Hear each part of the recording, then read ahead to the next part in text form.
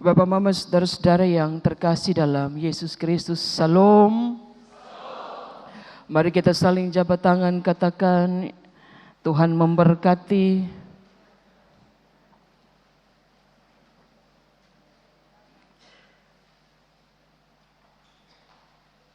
Tuhan memberkati, walau kita juga mungkin ada tidak terlalu sehat gitu ya. Ada juga yang datang dengan bawa beban yang banyak. Tapi kita selalu harus berkata Tuhan memberkati kita. Amin kok? Kekasih-kekasih Tuhan, meyakinkan orang yang kehilangan harapan untuk berjalan maju lagi itu sulit. Artinya saya mau bilang begini, meyakinkan seseorang yang sudah patah dalam perjalanannya, itu butuh waktu, saudara. Bahkan untuk membuat dia kembali berdiri saja, itu tidak mudah. Ini yang terjadi bagi para murid. Mereka sementara sedang ada dalam satu keadaan yang berlapis. Keadaan pertama, mereka ditinggalkan Tuhan. Tuhan mati di depan mata mereka. Tapi mereka juga ada pada satu pergumulan. Justru di dalam jalan menuju kematian, Yesus membutuhkan para murid. Tapi para murid tidak ada di sana. Ada penyesalan itu, saudara. Saudara bisa membayangkan banyak pengalaman bilang kepada kita, anak-anak meraung-raung di tepi peti orang-orang yang mereka kasihi. Orang tua misalkan. Karena ada banyak hal yang anak-anak belum bisa lakukan untuk membuat para orang tua mengangkat kepala mereka. Ada banyak anak-anak yang menangisi kematian papa dan mama mereka karena menyesal. Karena selama kehidupan yang mereka torehkan itu hanyalah sebuah peristiwa yang memalukan. Peristiwa-peristiwa yang justru membuat para orang tua sulit untuk mengangkat wajah mereka. Dan tidak sedikit ada anak-anak yang menguburkan orang tua mereka dalam penyesalan. Karena mereka belum bisa menjadi sosok yang dibanggakan. Saya pikir Bapak Mama ini sekilas perasaan yang dialami oleh para murid. Mereka terpencar itu bukan karena takut saja. Tapi mereka terpencar kembali menjadi seorang penjala ikan. Itu karena dalam diri mereka menemukan betapa memalukan saya ini. Karena Yesus menyiapkan saya untuk jadi murid. Tapi justru di hari-hari terakhir saya tidak ada di sana. Karena itu kenapa Yesus datang dan berdiri di tengah-tengah mereka. Hanya mereka sendiri tanpa ada orang lain.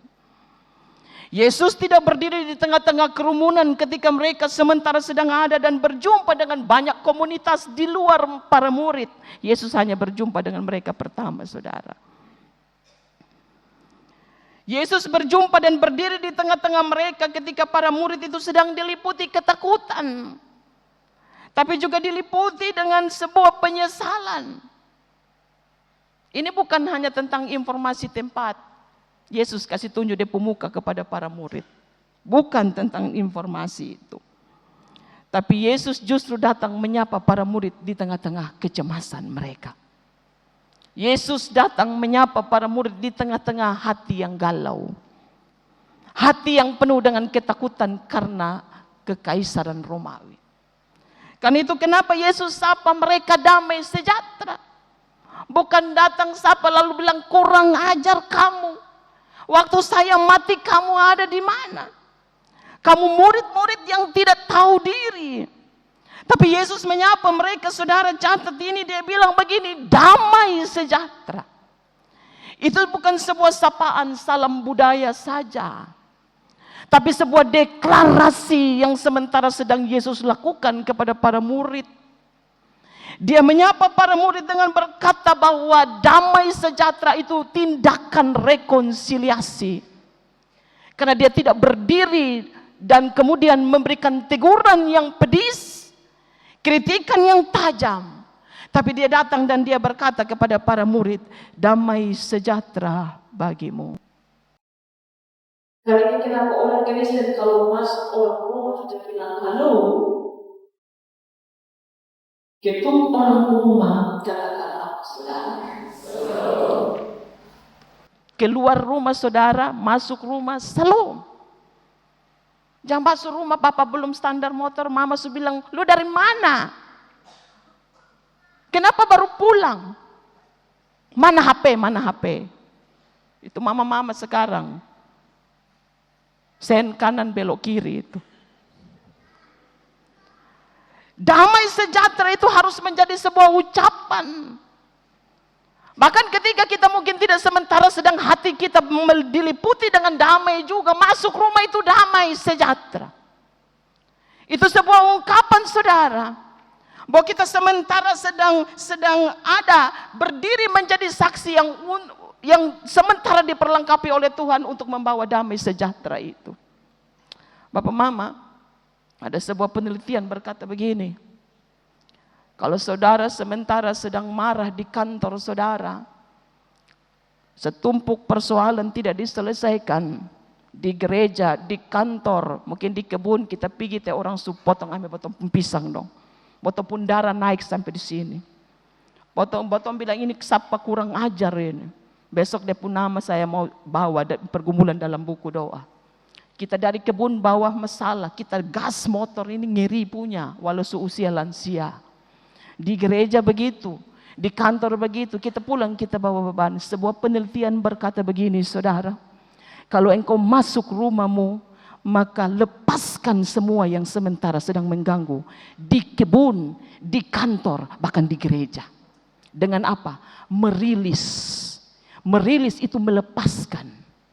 Sehingga penelitian bilang begini, masuk rumah, bilang kepada dirimu, saya tidak akan bawa kemarahan itu masuk dalam rumahku. Saya tidak akan membawa kegalauan, dendam, kesumat di dalam rumahku. Karena seringkali kita ini bawa itu beban pergumulan di mamar sana. Bawa pergumulan itu di dalam gereja. Bawa pergumulan di kantor kita yang tidak sempat kita selesaikan masuk di rumah. Sehingga semua di dalam rumah itu salah habis. Betul?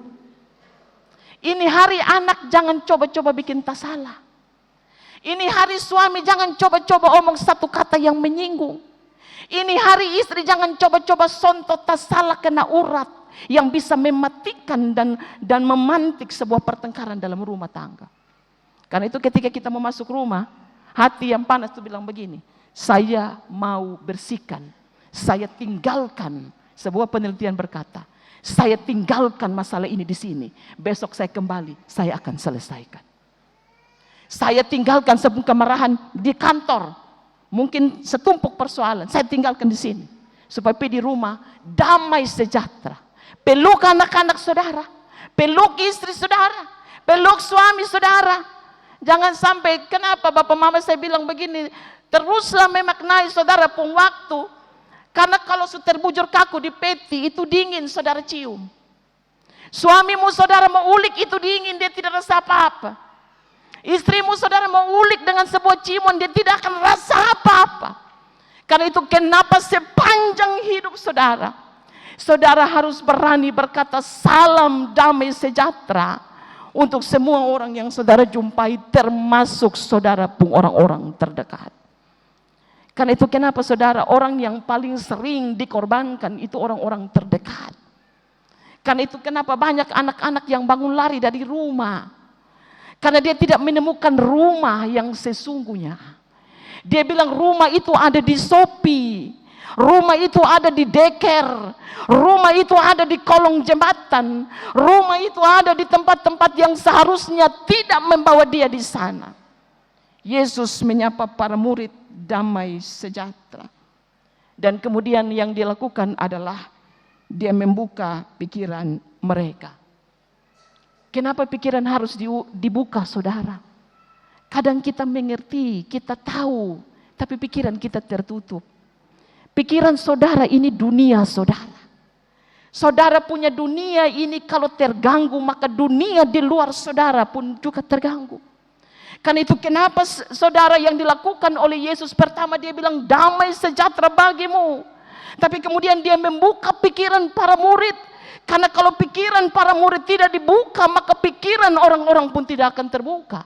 Karena para murid sementara sedang disiapkan oleh Tuhan untuk menjadi saksi. Dunia tidak akan kenal Yesus itu bangkit. Dunia tidak akan tahu dia yang mati itu akan bangkit pada hari ketiga, kalau pikiran para saksi ini tidak dibuka. Karena itu penting bagi Yesus. Karena bagi Yesus itu mereka pun pikiran sudah diliputi dengan apa? Galau. Sudah diliputi dengan apa? Kecemasan. Sudah diliputi dengan penyesalan tak berujung. Walau terkadang penyesalan itu datang terlambat, saudara. Yesus ingin berkata kepada para murid dalam sebuah tindakan sederhana. Lihat, beta mau makan, kasih lupu ikan. Karena hantu itu tidak makan. Karena itu kenapa kita selalu diingatkan banyak kesempatan, pi kubur itu cukup bakar lilin. Tidak usah bawa pinang kering, siapa mau makan di situ? Tidak perlu bawa kapur. Tidak bawa taruh sendok makan. Ini mam tua pu sendok makan mama. Jadi kita taruh setiap malam ada berbunyi di dapur. Mam tua ada sendok makan. Itu siapa, saudara? Kadang botolnya terlalu lebe-lebe. Mam tua su mati dalam peti. Mati dia ada diam-diam. Mam botol hanya menciptakan banyak ilusi. Karena itu kenapa Yesus dia bilang begini. Kasih beta ikan. Karena hantu tidak makan, saudara. Yang makan itu manusia yang bertubuh. Manusia yang tidak hanya punya roh. Karena itu Yesus mau bilang begini, saya ini bukan hantu. Walau para murid menganggap Yesus itu hantu. Kasih lupu ikan, bawa datang kau beta makan. Makan itu membuktikan dia bukan hantu. Tapi makan itu juga membuktikan tentang sebuah ingatan yang ingin dibangun kembali oleh Yesus. Bahwa kita pernah duduk makan bersama. Kita pernah berjalan bersama. Kita pernah makan roti dan minum anggur di hari terakhir menuju pada penyaliban. Makan itu bukan hanya sekedar peristiwa. Yesus mau yakinkan beta bukan hantu. Tapi Yesus mau korek ingatan para murid. Ingat masa lalu. Bahwa kita pernah makan bersama. Engkau sebagai murid. Dan saya makan sebagai seorang guru. Papa mama saudara-saudara yang terkasih. Dengan membuka pikiran ini Yesus menyiapkan para murid. Orang-orang saksi itu bukan adalah orang yang mengalami langsung saja. Orang-orang yang kemudian para murid ini disiapkan menjadi saksi adalah orang-orang yang disiapkan secara khusus oleh Tuhan untuk menyampaikan apa yang ingin Tuhan sampaikan kepada mereka. Kita perhatikan ayat 47. Dan lagi dalam namanya berita tentang pertobatan dan pengampunan dosa harus disampaikan kepada segala bangsa mulai dari Yerusalem. Kenapa mulai dari Yerusalem, saudara? Karena luka itu dimulai dari Yerusalem. Penderitaan Yesus itu mulai dari Yerusalem, saudara. Karena itu kenapa berita tentang Yesus yang bangkit harus juga kemudian dimulai dari Yerusalem. Karena luka terdalam itu ditoreh di kota yang bernama Yerusalem. Sehingga Yesus tidak akan meninggalkan kota itu dalam luka. Tapi dia meninggalkan kota itu dan menyapa kota itu kembali dalam damai sejahtera Allah. Itu berarti kenapa, saudara? Yesus datang, Yesus kasih tunjuk depu luka. Ini beta pun paku, bekas paku. Ini lihat beta punya lambung yang ditikam. Dia sudah kembali menjadi seorang anak Allah, wujud manusia. Tapi luka itu tidak hilang, saudara. Kenapa? Luka itu tanda bahwa Yerusalem telah melukai dia. Tapi dia memaknai kembali luka itu dengan kata damai sejahtera. Ada beberapa catatan. Catatan pertama. Berita tentang kebangkitan Yesus itu tidak hanya bicara tentang kemenangan dari maut saja. Titik. Tidak hanya bicara tentang betapa ajaib anak Allah itu mati kemudian pada hari yang ketiga dia bangkit. Tapi peristiwa kebangkitan itu juga mau ajar kepada kita tentang bagaimana seorang belajar berdamai dengan diri dan keadaannya. Yesus itu menyapa para murid itu tidak sementara sedang berada dalam kondisi baik. Yesus menyapa para murid itu justru dalam rasa bersalah, kebingungan, keresahan, kecemasan dan juga ketakutan. Hidup para murid itu seperti terhenti antara masa lalu dengan masa depan. Mereka stuck di situ, saudara. Mereka tidak bisa kemana-mana. Mereka belum berdamai dengan keadaan bahwa Yesus itu sudah mati. Mereka belum terima itu, saudara. Sampai pada Yesus dibangkitkan saja, mereka belum siap untuk berdamai dengan keadaan bahwa kita bukan nelayan lagi, tapi kita adalah seorang murid yang sementara sedang Tuhan sudah siapkan. Mereka belum berdamai dengan keadaan itu. Karena itu kenapa Yesus datang. Yesus menyapa para murid. Dia bilang begini, damai sejahtera bagimu. Itu bukan sekedar salam. Itu undangan dan ajakan, mari kita berdamai. Yesus tidak sementara sedang mengajak para murid untuk berdamai dengan dirinya saja. Tapi Yesus sementara sedang mengajak para murid untuk berdamai dengan diri mereka. Yohanes harus berdamai dengan dirinya. Simon Petrus harus berdamai dengan dirinya. Bahkan Thomas yang ragu itu juga harus berdamai dengan dirinya. Bukan berdamai dengan orang-orang di luar, tapi berdamai dengan dirinya sendiri. Untuk apa? Hanya supaya menenangkan kekacauan yang ada dalam pikiran mereka. Memang kalau kita lihat narasi ini, saudara, para murid tidak sementara sedang dipindahkan kepada keadaan yang ideal. Tetapi hati mereka itu disentuh oleh Tuhan. Bahwa Tuhan yang sudah bangkit itu, mereka yang pernah gagal mengiring Yesus, mereka sampai pada titik itu, tapi mereka belajar untuk menerima. Bukan dengan keputusasaan, tapi dengan terang Allah yang datang dan menyapa mereka lewat Kristus. Di sini terang kebangkitan mau kasih ingat kepada Betong, saudara. Menolong Betong, kebangkitan itu menolong Ketong untuk berdamai. Bukan hanya Ketong ada pada sebuah euforia merayakan Paskah. Lalu kemudian kita tidak tahu habis Paskah ini kita pun hidup juredup sama ke 10 tahun yang lalu. Jadi sebenarnya Paskah itu menolong saudara untuk berdamai. Berdamai itu bukan untuk sementara Tuhan ajak hapus lupa masa lalu yang kelam. Tapi berdamai itu adalah saudara, itu sebuah kondisi di mana kita ditolong oleh Tuhan untuk tetap berdiri di tengah-tengah keadaan yang tidak bisa kita ubah. Berdamai dengan diri sendiri dan keadaan melalui peristiwa kebangkitan ini, Papa Mama menolong Ketong untuk berhenti hidup dalam penolakan.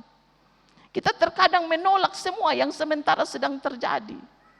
Seorang artis yang baru-baru sakit, dia bergumul 7 tahun dengan kanker.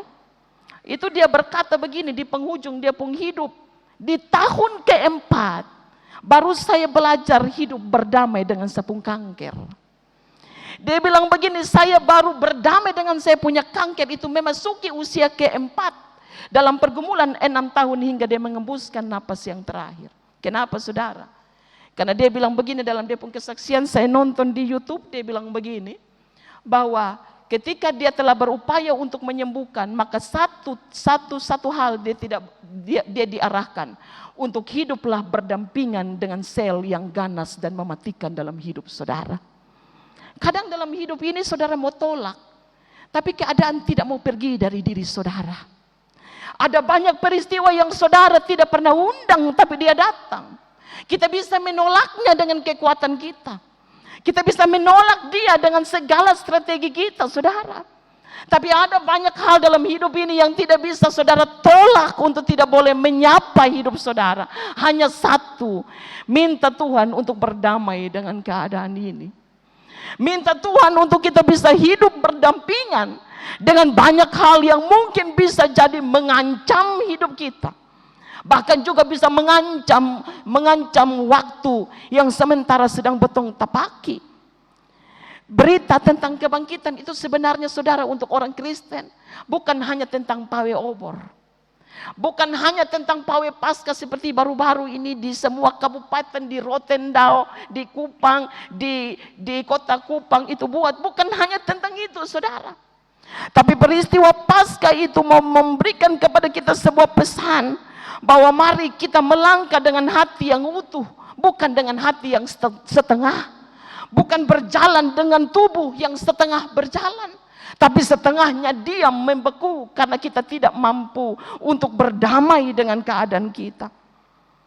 Orang yang berdamai itu saudara, berdamai dengan dirinya tidak lagi dikendalikan dengan rasa bersalah. Dia tidak kutuk dia pun perjalanan hidup. Dia tidak bilang begini, kenapa ini hidup begini. Orang yang berdamai dengan keadaan itu adalah orang yang tidak lagi terjebak dalam keluhan tanpa arti. Yang tiap hari dia mengeluh, kenapa beta pun hidup begini. Kebangkitan itu mau bilang itu kepada kita saudara.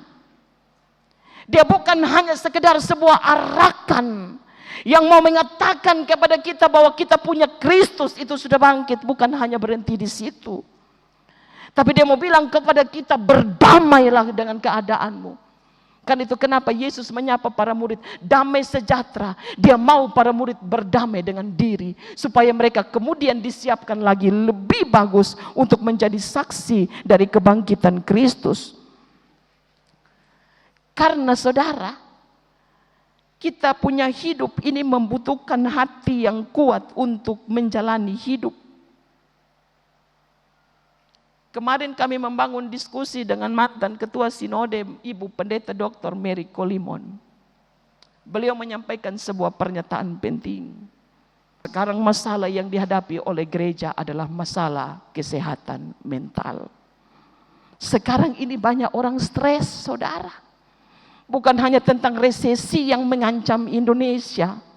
Jauh sebelum resesi saja kita stres. Apalagi ketika resesi ini akan mengancam saudara dan saya. Ada banyak kita yang tidak kuat, saudara. Kita harus mengurus orang sakit. Kita harus mendampingi orang-orang yang terluka. Hanya karena hidup ini menuntut kita untuk melakukan itu.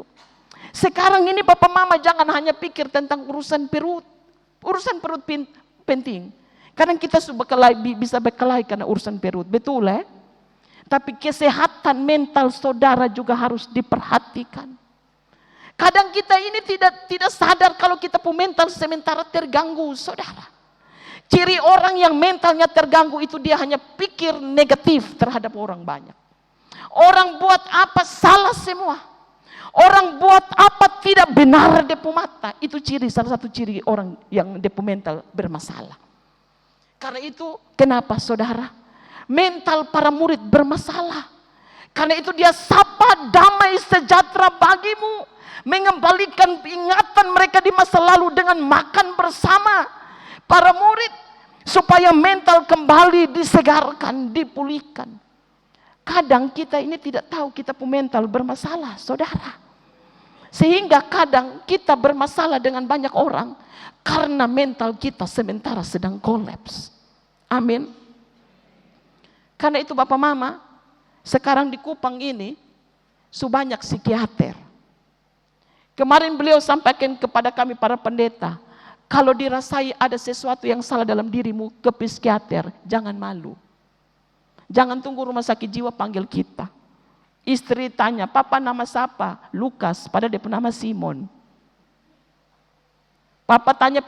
Istri tanya Papa kerja di mana? Kerja di laut. Pada kerja di apa? Kerja jadi petani. Bermasalah kita. Karena itu perhatikan orang-orang terdekat. Kalau ada sesuatu yang indikasinya ini bermasalah, cepat-cepat jangan bilang ini orang sapa su alaut matmolo dan betong. Setiap hari kita hanya bilang tuduh orang suanggi saja. Suanggi ini juga ada di dunia saudara. Tapi tidak semua hal juga kita salahkan itu suanggi dong. Amin, kok tidak? Ya. Kadang kita juga salah saudara. Karena itu kenapa Yesus perhatikan dia punya para murid. Ini ajakan kebangkitan ini mau ajak kepada kita untuk kita lihat kita pun diri berdamai dengan diri kita. Karena kalau saudara tidak berdamai dengan saudara punya diri sendiri, mental saudara dipastikan akan terganggu. Dan hidup ini tidak hanya butuh fisik yang kuat saudara. Tapi hidup ini butuh mental yang kuat untuk menghadapinya. Hidup ini tidak butuh banyak sertifikat saja. Hidup ini tidak butuh semua yang sementara saudara siapkan. Mental saudara harus saudara siapkan. Siapkan diri anak-anak saudara. Siapkan suami saudara. Siapkan istri saudara. Untuk segala kemungkinan. Yang kedua, Kebangkitan itu seringkali dipahami sebagai sebuah perayaan. Tapi sebenarnya kebangkitan itu bukan hanya itu, saudara. Tapi kebangkitan itu adalah sebuah perayaan, sebuah peristiwa yang menolong kotong untuk patah arah. Kebangkitan itu mau kasih ingat kepada kita, saudara. Kalau ada yang salah dalam diri saudara, maka ubahlah. Kebangkitan itu bukan hanya bilang saya subangkit, lalu ada kehidupan yang kekal yang akan saya sediakan buatmu. Tidak, bukan hanya itu saja.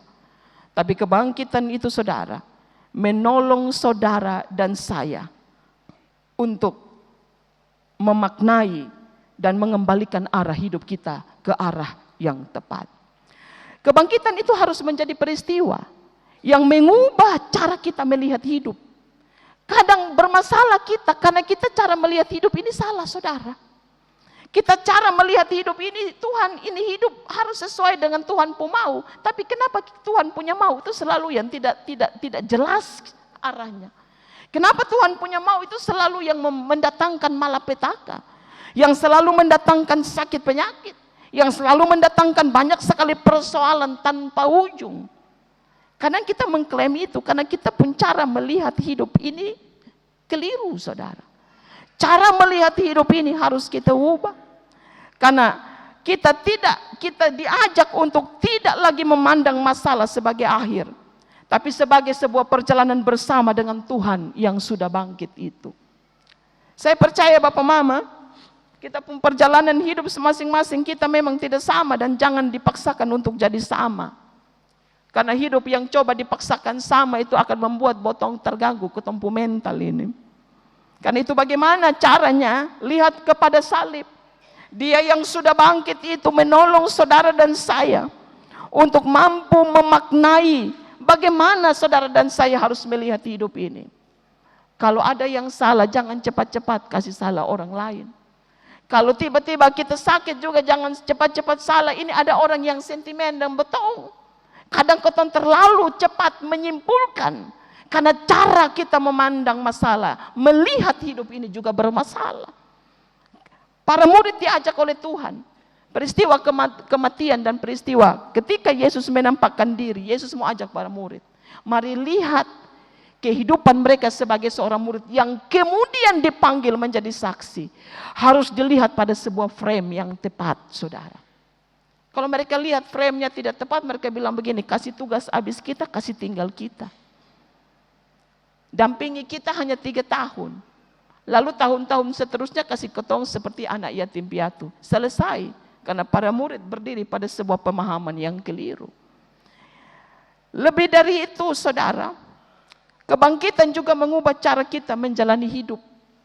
Kalau kita merayakan kebangkitan, maka setelah pulang dari ibadah ini, kita tidak boleh kembali menjadi pribadi yang sama sebelum jauh-jauh hari itu.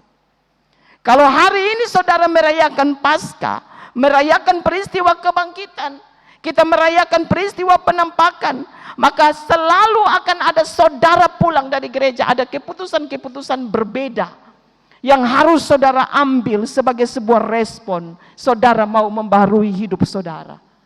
Karena kalau kebangkitan yang saudara rayakan dan minggu-minggu penampakan yang saudara rayakan tanpa mengubah cara saudara untuk menjalani ini hidup, ini persoalan. Karena itu saya dalam banyak refleksi saya bilang begini, kita pawe obor panjang-panjang, kita euforia tentang Paskah, tapi kembali kepada titik nol, saudara bermasalah itu. Karena itu mari kita merayakan minggu-minggu penampakan. Karena sebagaimana tema yang diberikan oleh majelis sinode diyakinkan untuk memberitakan tentang pertobatan dan pengampunan dosa. Para murid diyakinkan supaya mereka memberitakan tentang pertobatan. Kalau saudara merasa tidak diyakinkan, maka mari minta Tuhan untuk Tuhan meyakinkan saudara.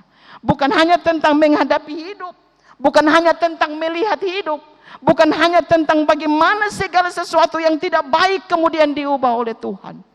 Tapi saudara harus diyakinkan, kita yang rayakan Paskah ini, kita saksi.